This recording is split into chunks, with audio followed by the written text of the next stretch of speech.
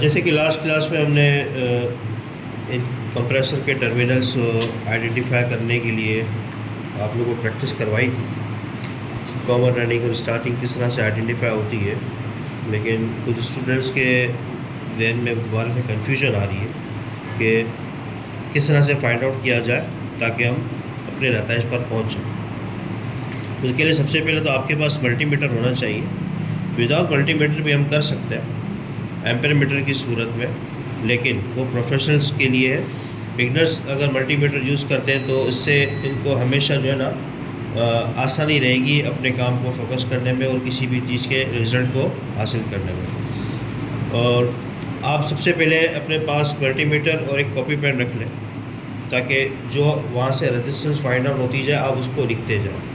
जैसा थ्योरी में मैंने आप लोगों को समझाया था कि जो 3 टर्मिनल नज़र आ रहे हैं हम इनके 3 जोड़े बनाएंगे और 3 जोड़ों को नाम देंगे ए बी सी।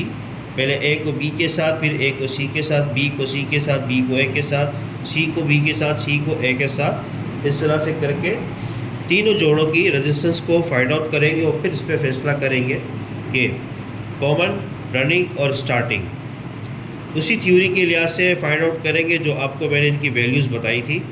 उस वैल्यूज़ को फाइंड करते हुए हमें कॉमन खुद बता देगी, रनिंग और स्टार्टिंग हमें अपनी खुद शनाख्त करवा देगी कि मैं कॉमन, मैं रनिंग, मैं स्टार्टिंग हूँ। ओके, उसके लिए सबसे पहले हम जोड़े बनाते हैं ए और बी का, फिर बी और सी का, फिर बी और ए का।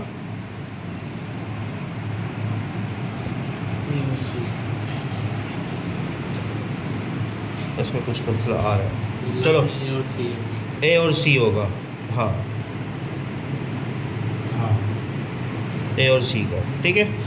अब हम सपोज़ करते हैं कि ए हमने सबसे ऊपर वाला टर्मिनल उसको उसका नाम दिया, राइट वाले को हमने बी का नाम दिया और लेफ़्ट वाले को हमने सी का नाम दिया,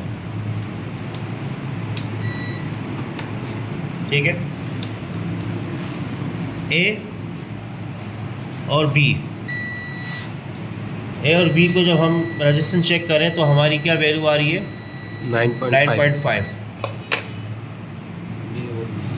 9.5 ओम। फिर बी और सी के साथ हम चेक करेंगे, बी के साथ क्या वैल्यू आई?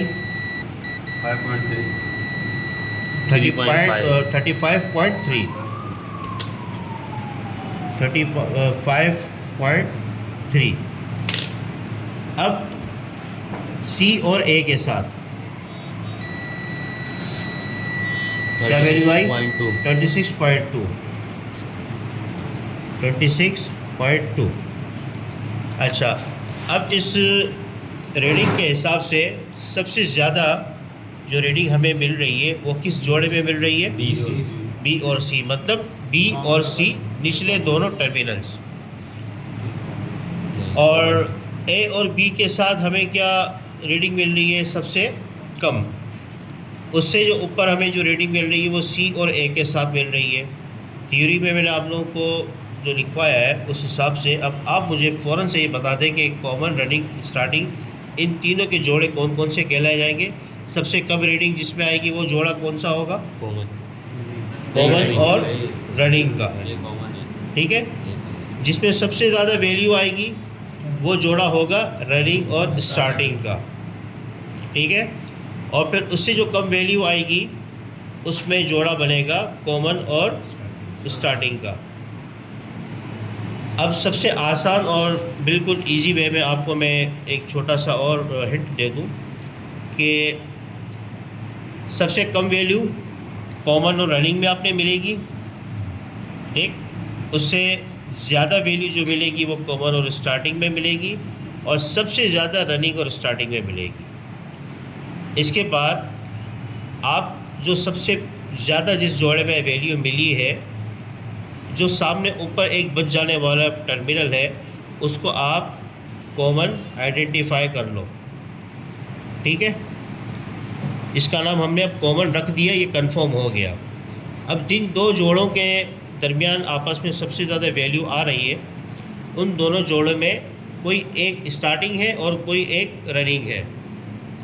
अब कॉमन को रनिंग के साथ जब अटैच करेंगे तो कॉमन को रनिंग के साथ अटैच करने पे हमें सबसे कम वैल्यू मिलेगी। वो जोड़ा हमारा कॉमन और रनिंग का बन गया। कॉमन हमारी आइडेंटिफाई हो चुकी सबसे पहले, अब रनिंग और स्टार्टिंग को आइडेंटिफाई करना है। तो रनिंग हमारी कंफर्म हो गई, सबसे कम वैल्यू के साथ है। अब कॉमन के साथ स्टार्टिंग को जब हम वैल्यू निकालेंगे तो वैल्यू हमें मिलेगी रनिंग और स्टार्टिंग से थोड़ी कम। जो वैल्यू यहाँ पर आ रही है 26.2, उसमें क्या मतलब हमें निकलता है कि कॉमन और स्टार्टिंग के साथ जब हमने इसको टच किया तो स्टार्टिंग भी हमारे सामने आ गई। अब common A, B running, C starting, ठीक है। इस तरह से टर्मिनल्स बने हुए। ये ए हमने बनाया था, इसको हमने बी बनाया था और इसको हमने सी बनाया था। बेसिकली क्या फाइंड आउट हुए, ऊपर वाला सबसे टर्मिनल हमारा कॉमन, बी हमारा राइट में रनिंग और सी हमारा लेफ़्ट में स्टार्टिंग। अब इनकी कैलकुलेशन के हिसाब से आप इस तरह भी एक छोटा सा ग्राफ बना सकते हैं कि इनकी वैल्यूज़ को इस तरह से कंफर्म कर लें। इसका एक चार्ट है, मैं आप लोगों को ग्रुप में शेयर कर दूंगा। तो इस वैल्यू के हिसाब से आप यहाँ पे चार्ट बना लें तो आप कभी भी इसके कनेक्शन को भूलेंगे नहीं। ठीक है, डन।